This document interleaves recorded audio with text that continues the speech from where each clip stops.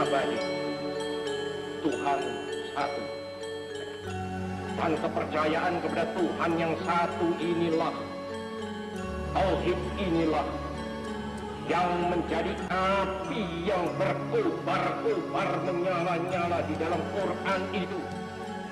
Dan jikalau api ini telah berkobar-kobar dan menyala-nyala pula di dalam dadanya seseorang manusia, manusia yang demikian itu menjadi manusia yang sebagai dikatakan oleh saudara Hamzah,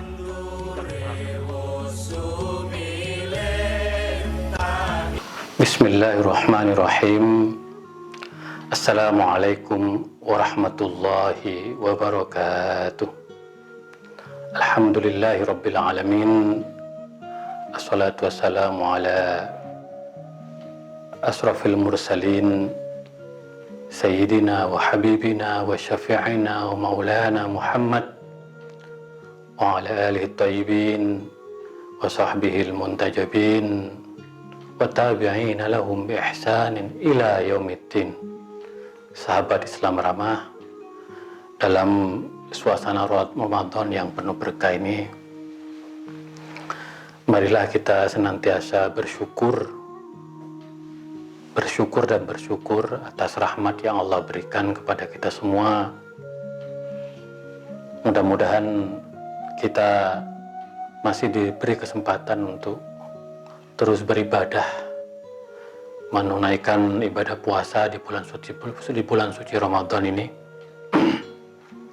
di tengah pandemi COVID-19 yang tentu memerlukan satu kearifan, kesabaran, kewaspadaan, dan syukur karena Allah masih memberikan kesempatan kita, memberikan kesempatan bagi negeri ini untuk mengatasi berbagai masalah, terutama terkait dengan wabah. Dan insya Allah selama kita sabar, selama kita bersatu, selama kita yakin bahwa kita akan mampu menghadapi kita semua, insya Allah negeri ini akan selamat dari berbagai musibah dan wabah. Karena itu sekali lagi kuncinya adalah syukur. Mari kita terus bersyukur. La in syakartum la azidannakum wa la in kafartum inna adabi lasyadid. Kalau kita bersyukur, insya Allah Allah akan terus menurunkan rezeki dan rahmatnya kepada kita semua, kepada negeri ini. Sebaliknya kalau kita kufur, maka azab Allah akan sangat pedih. Naudzubillah min dzalik. Mari kita senantiasa berusaha untuk bersyukur agar azab Allah tidak datang kepada kita semua. Selawat serta salam mari kita terus sampaikan, kita terus haturkan kepada baginda Rasulullah Sallallahu Alaihi Wasallam yang telah memberikan pencerahan kepada kita semua. Dengan selawat-selawat yang kita baca, insya Allah hati kita akan semakin bahagia, semakin tenang, semakin nyaman. Apalagi selawat merupakan obat hati. Maka mari terus berselawat, Allahumma sholli ala Sayyidina Muhammad wa ala ali Sayyidina Muhammad. Kita berselawat kepada baginda Rasulullah Sallallahu Alaihi Wasallam dan keluarga Rasulullah Sallallahu Alaihi Wasallam. Mudah-mudahan selawat kita akan terus membentuk kepribadian kita sebagai sebuah bangsa yang selalu berada di atas jalur kebenaran, bangsa yang terus memperkuat kebersamaan, kerukunan, toleransi, dan harmoni di antara sesama. Sahabat Islam ramah, seperti biasa menjelang buka puasa selama bulan Ramadan ini kita akan ngaji pemikiran keislaman Bung Karno. Sebuah pemikiran yang betul-betul memperkuat keyakinan kita terhadap Islam, terhadap Al-Quran, terhadap ajaran Rasulullah dan pandangan para ulama, dan keyakinan kita terhadap Indonesia sebagai negara yang dirahmati dan diberkati oleh Allah Subhanahu wa Ta'ala. Bung Karno sudah meletakkan jalan bagi Indonesia yang adil, Indonesia yang makmur. Tugas kita melanjutkan peta jalan yang telah dibangun oleh Bung Karno ini. Maka alhamdulillah pada tahun ini kita semua dapat mengaji, mengenal pemikiran keislaman Bung Karno yang akan kita jadikan sebagai pedoman, sebagai pegangan, sebagai arah kita untuk melangkah di masa yang akan datang. Dan saya percaya dan saya meyakini bahwa pikiran-pikiran Bung Karno ini merupakan pikiran yang luar biasa, yang menginspirasi kita semua. Nah, sahabat Islam Ramah, pada kesempatan kali ini saya akan mencoba membedah pikiran Bung Karno tentang hubbul watan minal iman, mencintai tanah air bagian dari iman. Bagi kami, kita semua tahu bahwa ungkapan ini sangat dikenal dalam komunitas Nahdlatul Ulama dan juga di Muhammadiyah. Tetapi sungguhnya kalimat ini juga menjadi salah satu pijakan Bung Karno dalam membangun visi kebangsaan di negeri ini. Nah, itu bisa kita lihat dalam tulisan Bung Karno di Pemandangan yang ditulis di Bengkulu pada tahun 1941. Jadi Bung Karno sudah menjelaskan, menegaskan prinsip hubbul watan minal iman, mencintai tanah air sebagai bagian dari iman sejak tahun 1941, sekitar 4 tahun sebelum Indonesia merdeka. Maka ini menjadi fondasi landasan bagi lahirnya, bagi kemerdekaan Indonesia. Pada forum-forum selanjutnya, Bung Karno menegaskan kembali tentang pentingnya hubbul watan minal iman ini, terutama dalam forum besar di hadapan pemimpin negara-negara Islam Asia Afrika, yaitu pada 6 Maret 1965 menegaskan bahwa hubbul watan minal iman, mencintai tanah air sebagai bagian dari iman, merupakan salah satu kekuatan terbesar negeri ini untuk menjaga solidaritas, persatuan, dan persaudaraan di antara sesama. Nah, mari kita mulai bagaimana sesungguhnya visi kebangsaan Bung Karno ini, yang kita tahu bahwa hubbul watan minal iman, bahwa mencintai tanah air adalah bagian dari iman. Pada tahun 40-an muncul banyak label,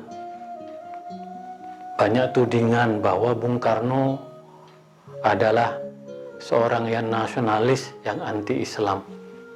Ada yang mengatakan Bung Karno seorang yang Islam, tidak nasionalis. Bahkan ada yang mengatakan Bung Karno seorang Marxis. Begitu banyak rumor yang berkembang pada zaman itu. Lalu kemudian Bung Karno menegaskan dalam tulisannya ini dengan memulai sebuah pandangan, kata Bung Karno, bahwa saya seorang nasionalis. Jadi setelah itu tidak ada lagi perdebatan, karena Bung Karno menegaskan secara jelas dan terang benderang bahwa saya adalah seorang nasionalis. Saya memohon kepada Allah agar kecintaan saya kepada tanah air tetap menyala-nyala di dalam dada sampai terbawa ke lubang kuburan. Nah, bagi Bung Karno, cinta tanah air adalah rasa, adalah haluan, adalah passion. yang selalu menyala-nyala, yang selalu tumbuh di dalam dirinya. Maka Bung Karno mengatakan sejak masih muda, aktif dalam pergerakan, mendirikan partai politik, dan dipercaya sebagai pemimpin revolusi. Bung Karno selalu meneguhkan bahwa cinta tanah air dan nasionalisme dalam dirinya menjadi rasa dan haluan. Bung Karno adalah seorang nasionalis. Lalu sebenarnya apakah menjadi seorang nasionalis itu bertentangan dengan Islam? No, kata Bung Karno. Islam tidak bertentangan dengan nasionalisme. Islam tidak bertentangan dengan visi kebangsaan. Bahkan Islam mempertebal haluan kebangsaan di dalam jiwa Bung Karno. Kenapa? Karena ini kata Bung Karno, hubbul watan minal iman, bahwa mencintai tanah air adalah bagian dari iman. Maka siapapun yang cinta tanah air, maka di dalam dirinya akan tumbuh keimanan. Ketika Rasulullah mencintai Mekah, ketika Rasulullah mencintai Madinah, maka cinta terhadap tanah kelahiran itu adalah bagian dari ekspresi iman.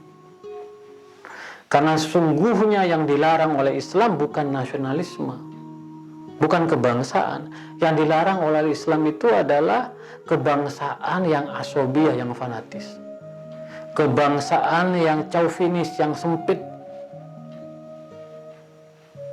yang memutus persaudaraan, yang memutus persatuan. Maka kata Bung Karno, kalau kita berbicara tentang nasionalisme, kalau kita berbicara tentang cinta tanah air, sesungguhnya kita sedang berbicara tentang bagaimana meneguhkan agama kita. Maka kalau ada orang yang mengatakan bahwa mencinta tanah air bukan urusan agama, kata Bung Karno, bahwa orang tersebut dapat dikatakan bodoh dan picik. Karena para ulama di Indonesia, terutama di Nahdlatul Ulama dan Muhammadiyah, sedari awal menegaskan bahwa mencintai tanah air adalah bagian dari iman. Maka kalau kita melihat negeri ini adalah negeri yang berketuhanan, negeri yang berketuhanan berkeadaban, kata Bung Karno, negeri yang berketuhanan berkebudayaan, saling menghargai di antara sesama, saling menghormati di antara sesama, tidak egois dan tidak fanatis. Itu pidato Bung Karno 1 Juni tahun 1945. Maka nasionalisme yang kita pahami, kata Bung Karno, adalah kebangsaan yang luhur, kebangsaan yang mempersatukan kita, kebangsaan yang menciptakan kedamaian dan persaudaraan di antara kita. Maka dalam memahami nasionalisme, kata Bung Karno, di dalamnya harus ada nilai-nilai kemanusiaan. Seperti yang dikatakan oleh Gandhi, bahwa kebangsaanku adalah kemanusiaan. Dan kalau kita pahami kebangsaan, nasionalisme dalam arti kebangsaan yang luhur, nasionalisme dalam arti kemanusiaan, maka kita akan melihat bahwa prinsip kebangsaan ini selaras sejalan dengan maqasidus syariah, sejalan dengan tujuan-tujuan yang digariskan di dalam syariat Islam. Maka oleh karena itu Bung Karno mengatakan, saya memahami Islam itu secara fleksibel, secara rasional, secara moderat, secara merdeka. Dan kita tahu, kata Bung Karno, sekali lagi di hadapan para pemimpin negara-negara Islam Asia Afrika, Bung Karno mengatakan bahwa negeri ini dicintai oleh Allah. Allah sangat mencintai negeri ini. Indonesia akan selalu semakin kuat dan kuat. Kenapa? Karena di sini ada dua hal yang menopang. Ada pertolongan Allah dan ada cinta tanah air yang berkobar-kobar di dalam sanubari warganya. Maka kemudian Bung Karno menjelaskan visi revolusi Indonesia, bahwa Indonesia negara yang besar, negara yang luas, negara kepulauan, negara yang dengan keragamannya menjadi sebuah kekuatan. Bung Karno begitu percaya diri di hadapan pemimpin negara-negara Islam Asia Afrika pada tahun 65 bahwa Indonesia akan mampu mengatasi masalah-masalah baik yang didesain direkayasa oleh penjajah maupun masalah-masalah yang lahir di dalam negeri. Karena Indonesia negara yang besar, negara yang mempunyai satu visi revolusi yang jelas. Ada revolusi politik, kata Bung Karno, di mana Indonesia dibangun di atas fundamen demokrasi yang arif, demokrasi yang bersumber dari akhlak Rasulullah, di mana musyawarah dijadikan sebagai elemen penting dalam mengambil kebijakan-kebijakan strategis. Wa amruhum syura bainahum wa syawirhum bil amri. Demokrasi yang bersumber dari kearifan, yang bersumber dari ajaran Rasulullah Shallallahu Alaihi Wasallam. Indonesia mempunyai kesadaran revolusi terhadap ekonomi, bahwa selama ini ekonomi dikuasai oleh penjajah, diperas oleh penjajah. Dan untuk bangkit maka Indonesia harus mandiri, berdikari di bidang ekonomi. Begitu hanya di bidang kebudayaan dan keagamaan. Kita tahu bahwa penjajah juga melakukan opresi dan supresi terhadap paham keislaman. Padahal dengan keragaman visi, dengan keragaman mazhabnya, Indonesia dapat menjadi kekuatan untuk membangun sebuah negara yang besar. Pada puncaknya, kata Bung Karno, Indonesia mempunyai Pancasila. Pancasila inilah yang akan selalu meneguhkan, menguatkan prinsip hubbul watan minal iman. Cinta tanah air adalah bagian dari iman. Kenapa? Bung Karno menjelaskan bahwa karena negara ini dibangun di atas visi ketuhanan, visi ketauhidan, yang toleran, yang damai. Semua agama di Indonesia diakui bisa hidup berdampingan secara damai, mempunyai kemerdekaan dalam beragama dan berkeyakinan. Indonesia meneguhkan prinsip kemanusiaan. Indonesia meneguhkan prinsip persatuan kebangsaan. Indonesia meneguhkan prinsip demokrasi kerakyatan. Dan Indonesia meneguhkan prinsip keadilan sosial. Hal-hal inilah yang menurut Bung Karno dapat menjadi kekuatan kita sebagai sebuah bangsa, sebuah negara. Indonesia akan semakin kokoh, akan semakin kuat. Dan kata kuncinya pada akhirnya kata Bung Karno adalah cinta. Cinta tanah air adalah kekuatan kita sebagai sebuah bangsa.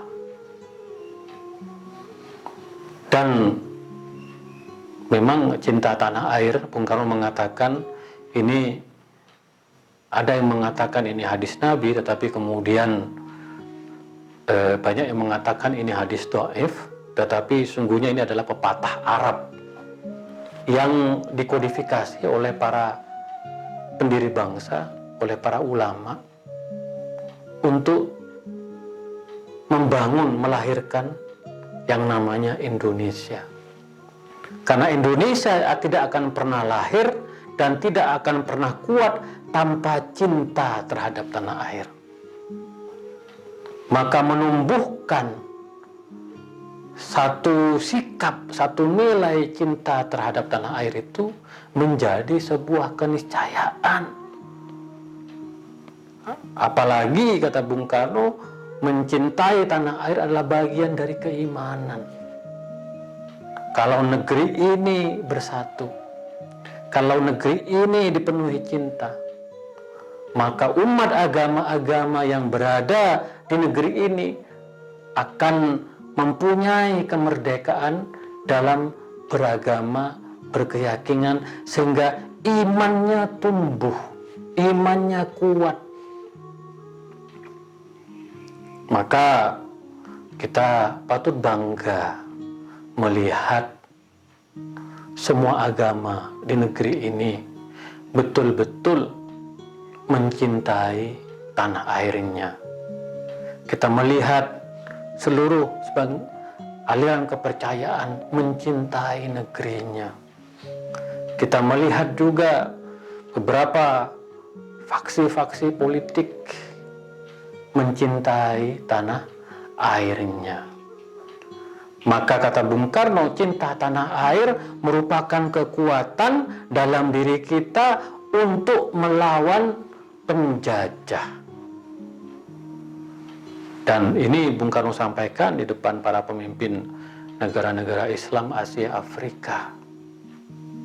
Kalau kita ingin menjadi negara yang kuat, maka yang harus ditanamkan adalah rasa cinta terhadap tanah air. Maka sekali lagi kita sebagai umat Islam harus terus percaya dan yakin dengan satu kekuatan nilai cinta tanah air ini. Karena Allah melahirkan, memberikan kemerdekaan kepada kita berdasarkan cintanya Allah kepada kita semua. Maka dalam rangka membalas cintanya Allah kepada negeri ini, kita harus menjadikan cinta sebagai kekuatan nilai, kekuatan kultural untuk terus bersama-sama dengan seluruh warga bangsa membangun negeri ini. Dan karena itu kemudian kita melihat bahwa kita mengutamakan, bahwa kita meninggalkan perbedaan-perbedaan. Kita memilih untuk bersama. Kita berbeda secara agama, kita berbeda secara mazhab, kita berbeda secara politik. Tetapi kita memilih jalan Pancasila untuk membangun negeri ini. Nah, apa sahabat Islam Rama yang bisa kita ambil dalam peristiwa ini?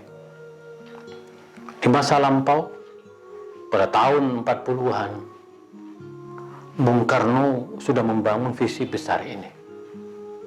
Dan Bung Karno yakin betul dengan visi ini akan menjadikan Indonesia sebagai negara yang besar. Dan kita sudah buktikan Bung Karno mampu melakukan inovasi dan kreativitas yang sangat membanggakan, yang masih kita rasakan hasilnya hingga sekarang ini. Bung Karno begitu percaya diri menegaskan tentang pentingnya Pancasila dalam membangun sebuah negara. Karena Pancasila itu akan menjadi common platform. Di tengah negara-negara Islam tidak mampu meyakinkan betapa pentingnya visi kebangsaan, Bung Karno sejak tahun 40-an dan selama beliau menjadi pemimpin negeri ini berhasil meyakinkan kita semua bahwa Islam tidak bertentangan dengan visi kebangsaan. Bahkan Islam justru memperkuat visi kebangsaan. Karena kebangsaan yang kita pahami adalah kebangsaan yang luhur, yang mempersatukan, yang mengharmonikan di antara sesama warga, dan menjunjung tinggi nilai-nilai kemanusiaan. Lebih-lebih, visi kebangsaan Bung Karno adalah visi kerakyatan.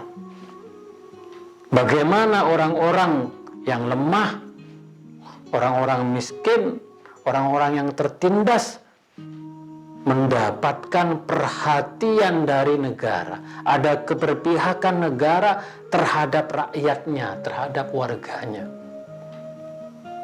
Maka sekali lagi, kita sangat beruntung mempunyai sosok besar seperti Bung Karno. Seorang Muslim yang yakin dengan visi kebangsaan. Yang sejak awal mengatakan saya nasionalis. Saya adalah seorang nasionalis dan saya akan memohon kepada Allah bahwa cinta pada tanah air dalam diri saya, dalam jiwa saya terus menyala-nyala dan akan dibawa ke alam kuburan. Bung Karno yakin bahwa kebangsaan tidak bertentangan dengan Islam, bahwa Islam justru mendorong kita agar mempunyai visi kebangsaan yang luhur. Visi kebangsaan yang merahmati semua kelompok. Visi kebangsaan yang mengedepankan, meneguhkan nilai-nilai kemanusiaan. Visi kebangsaan yang melahirkan satu keadilan, kemakmuran bagi seluruh rakyat Indonesia. Sahabat Islam ramah, tentu kita harus terus belajar dari Bung Karno, bagi terutama umat Islam, bahwa Islam Indonesia ini harus menjadi Islam yang moderat, Islam yang membawa kabar kebahagiaan, Islam yang mempunyai kemerdekaan dalam dirinya, Islam yang selalu hadir dengan api Islam, yaitu cinta, yaitu keberpihakan kepada yang lemah, yaitu Islam yang menjunjung tinggi nilai-nilai kemanusiaan. Maka sekali lagi kepada umat Islam, kita harus terus mempertebal cinta kita kepada tanah air kita. Karena sungguhnya hubbul watan minal iman, cinta terhadap tanah air adalah bagian dari iman. Cinta terhadap tanah air menjadi kekuatan kita untuk membangun Indonesia menjadi baldatun thayyibatun wa rabbun ghafur. Sekali lagi sahabat Islam ramah, mari kita terus berbuat, mari kita terus memperkuat solidaritas kita sebagai bangsa. Mari terus kita menggali Islam yang rahmatan lil alamin, Islam yang menjadi kekuatan untuk membangun negeri ini. Dan alhamdulillah, Allah masih terus dan akan selalu memberikan rahmat kepada kita semua. Sahabat Islam ramah, itulah kira-kira ngaji pemikiran keislaman Bung Karno pada hari ini. Insya Allah kita akan lanjutkan pada esok hari. Jangan lupa mari kita kirim Al-Fatihah kepada Bung Karno sebagai tanda terima kasih dan penghormatan kita atas jasa-jasa dan pikirannya yang telah menghadirkan wajah keislaman yang rahmatan lil alamin, yang penuh kasih, penuh cinta. Insya Allah kita akan lanjutkan pada esok hari. Kurang lebihnya mohon maaf. Wa ma taufiqi illa billah, alaihi tawakkaltu wa ilaihi unib. Allahul muwaffiq ila aqwamit thoriq. Assalamualaikum warahmatullahi wabarakatuh.